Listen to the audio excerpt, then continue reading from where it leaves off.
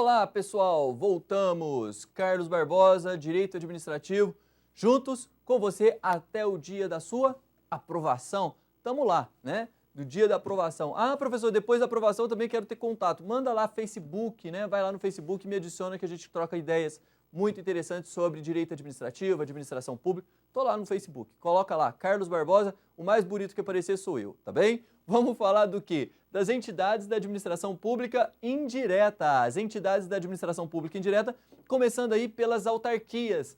As autarquias são entidades da administração pública indireta, professor? Sim, a gente já falou, que são aquelas pessoas lá que são criadas por meio de lei. Vocês lembram que a gente falou lá quando a gente distribuiu a administração pública indireta? Isso! Então vamos lá, autarquias. Pessoal, olha só como ela é importante.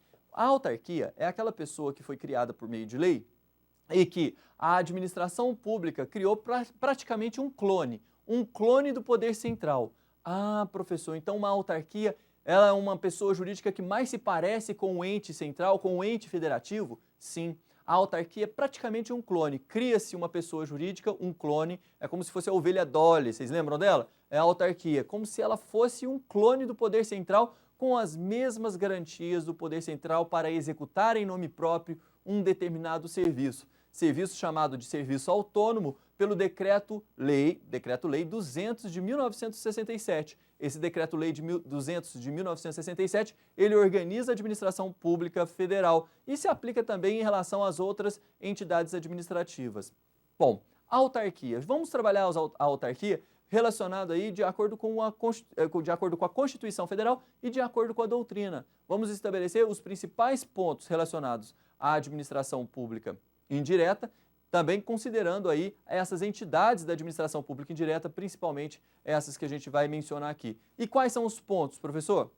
Esses são os pontos. Olha só, vamos falar da criação. A autarquia, ela é criada diretamente por lei específica. A lei específica já cria a pessoa jurídica autarquia. E isso repercute de que maneira? Primeiro, lei específica. Lei que trabalha somente um assunto. Essa lei específica, ela vai criar a autarquia. E qual é a natureza dessa lei? Depende. Se for no âmbito da administração pública, tá? Se for no âmbito da União, tá? Nesse caso seria uma lei federal. No âmbito do município, seria uma lei municipal. Lei estadual, no caso dos Estados-membros, e lei distrital, quando a gente fala do Distrito Federal. Então, uma lei específica que trabalha um só assunto, que seria o assunto da autarquia, cria a autarquia e transfere para a autarquia ao mesmo tempo a execução, tá? A atribuição de executar em nome próprio um determinado serviço. Questão de prova, muito importante, olha só, nas autarquias não depende, ou melhor, as autarquias não dependem de registro posterior em cartório. Por quê, professor? Porque a lei já dá vida. A lei cria a estrutura, ou seja, o corpo, e dá alma para a autarquia. A alma, né, que é a vida da autarquia, já nasce juntamente com o corpo. Ou seja, a autarquia recebe corpo e alma diretamente de uma lei específica, federal, estadual, municipal ou distrital. Personalidade jurídica, o que é isso, professor? Muito importante. Muita atenção agora, porque é isso daqui que dá uma certa autonomia para alguns doutrinadores. Isso se aplica à pessoa jurídica da administração pública indireta, mas nem para todos. A personalidade jurídica faz com que essa pessoa, tá, essa autarquia, seja considerada uma pessoa jurídica. Como assim? A autarquia, ela recebe uma personalidade jurídica da lei, ou seja, ela é considerada uma pessoa jurídica, mas qual pessoa jurídica? Qual personalidade jurídica? A autarquia tem personalidade jurídica de direito público. Personalidade jurídica de direito público. O que isso tem a ver, professor? Não entendo.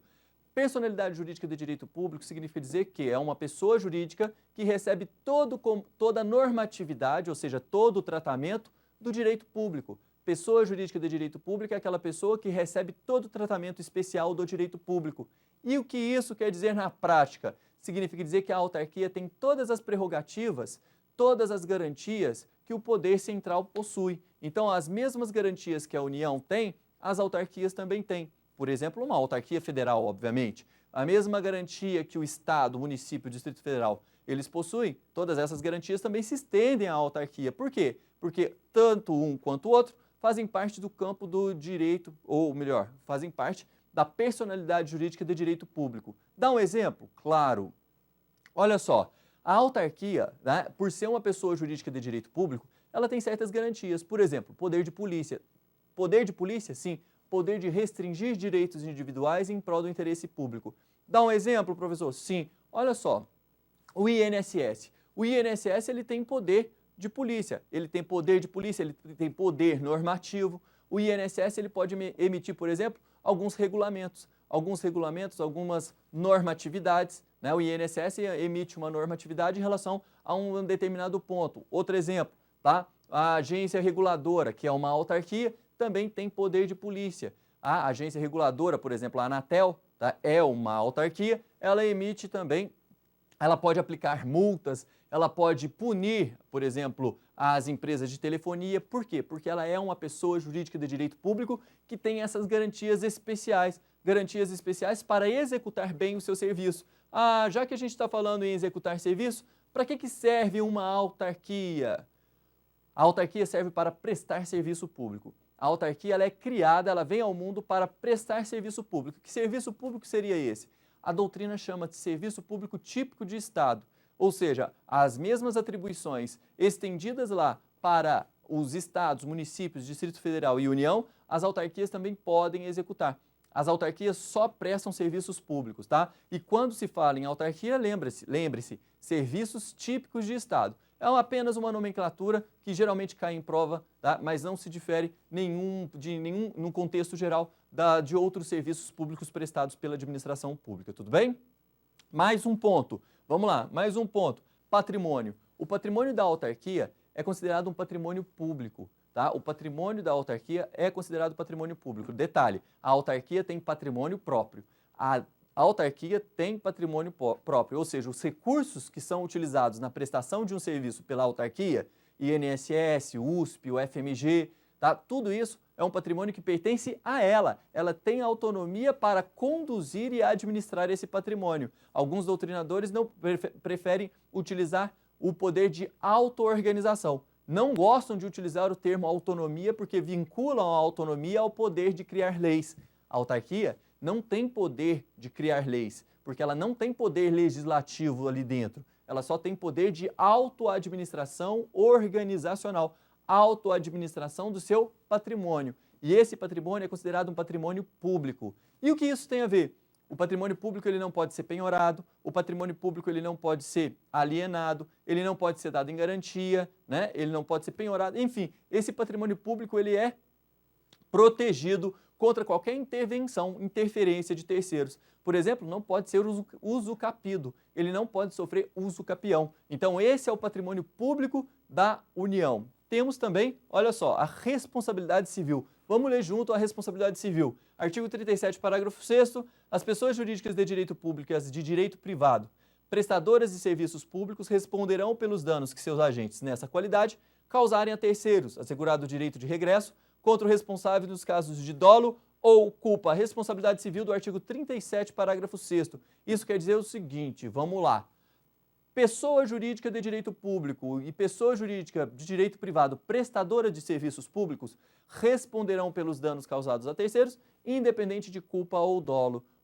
A autarquia é o quê? A autarquia é uma pessoa jurídica de direito público. Se ela é uma pessoa jurídica de direito público, ela responde em nome próprio pelos danos causados a terceiros, por seus agentes. Então, olha só, imagine só. O motorista do INSS dirigindo seu automóvel durante o serviço, tá passando no centro de São Paulo, tá dirigindo lá, o INSS dirigindo, através do seu motorista, um automóvel durante o serviço, vem e atropela um pedestre.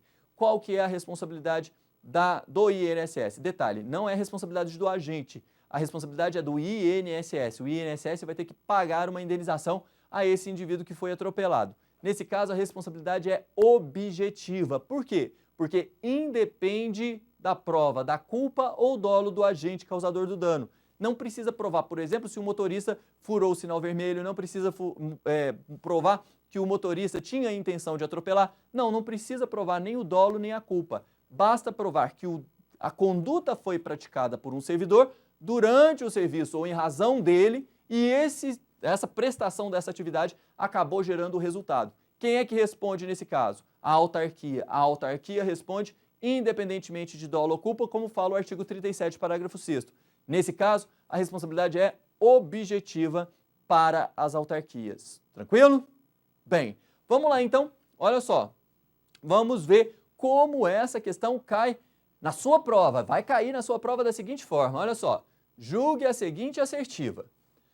As autarquias podem ser criadas para explorar a atividade econômica. Autarquia para explorar a atividade econômica. Gente, explorar a atividade econômica significa dizer que será possível a criação de uma autarquia para disputar o lucro com a iniciativa privada?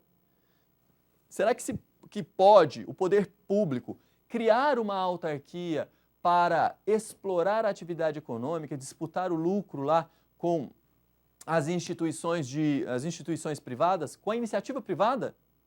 Óbvio que não. Por quê?